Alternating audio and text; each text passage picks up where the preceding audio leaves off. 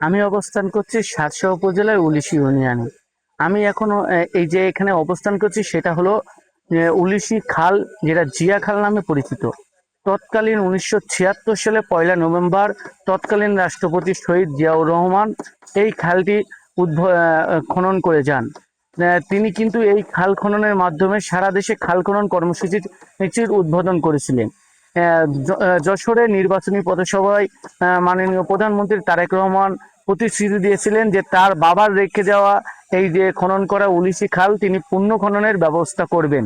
সেই ধারাবাহিকতায় 27 তারিখ মাননীয় প্রধানমন্ত্রী তারেক রহমান তিনি কিন্তু এই যে সারসায় উলিশি এই খালটি পুনঃ খনন করতে এই সারসায় অবস্থান করবেন। আমি দেখাতে যাচ্ছি যে সারসার তারেক রহমানের আগমন উপলক্ষে সর্বদা কিন্তু কাজ চলমান থাকছে। এখানে কিন্তু কিছুদিন আগে জ্বালানি খনিজ সম্পদ প্রতিমন্ত্রী অনিন্দ্য ইসলাম অমিত তিনি কিন্তু এখানে আইছিলেন প্রদর্শনে। তিনি কিন্তু দেখিয়ে দিয়ে গেছে কিভাবে কি করতে হবে।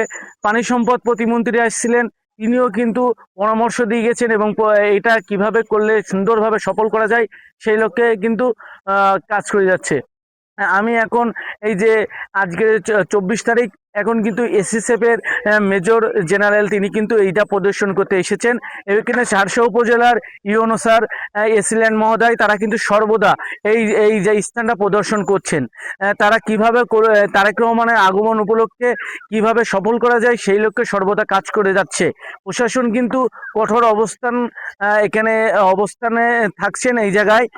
আমার এই উলুশি খাল খনন করতে 27 তারিখে এই কর্মসূচিতে বিএমপি সহ বিএমপি এবং তার অঙ্গ সংগঠন তারা কিন্তু সুন্দর পরিবেশে কিভাবে তারেক রহমানকে আগমনকে উপভোগ করতে পারে সেই লক্ষ্যে কিন্তু কাজ করে যাচ্ছে। এই ছিল উলুশি খাল থেকে আমার কাছে সর্বশেষ নিউজ।